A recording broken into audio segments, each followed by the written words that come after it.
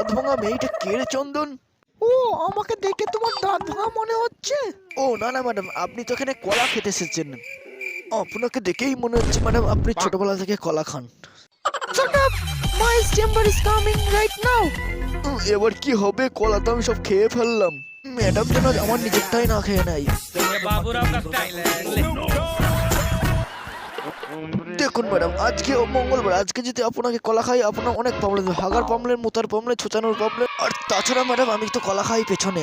এই ম্যাডাম আপনার প্রবলেমটা আমার পেছনেই আছে, কিভাবে কলা খাবো বলুন? সর্বনাশ হয়েছে পল্লবী, আজ সালা বাজার খুঁজে একটা কলাও পাইনি। সব কলা নাকি কোন এক ব্যবসায়ী নিয়ে চলে গেছে। এবার কি হবে? এবার আর কি হবে? কিছুই হবে না, কাঁচকলা ঝোল রান্না কর। মদন দাদা, আমি তো কাঁচকলা ঝোল রান্না করতে পারি না। তোকে কাঁচকলা ঝোল রান্না করতে হবে না, কাঁচকলা সেদ্ধ কর, ওতেই কাজ চালিয়ে নেবো আজকের মতন। তোকে ভালো দেখে বড় দেখে সীমাপুরি কলা এনে দেবো তোকে, ঠিক আছে? একদিকে তোমার বিয়ে, একদিকে আমার মৃত্যু, হবে কি জানি কি আর হবে রে। समझ रहे हो? ওকে ছেড়ে তুমি করছো অন্য জায়গায় বিয়ে, আমি তোমাকে কতবার করেছি ওতে গিয়ে,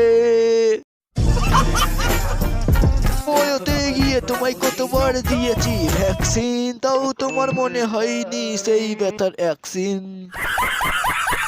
ভিডিওটা এই পর্যন্ত। যদি ভিডিওটা ভালো লাগে তাকে একটা শেয়ার করে দেবে। Thanks.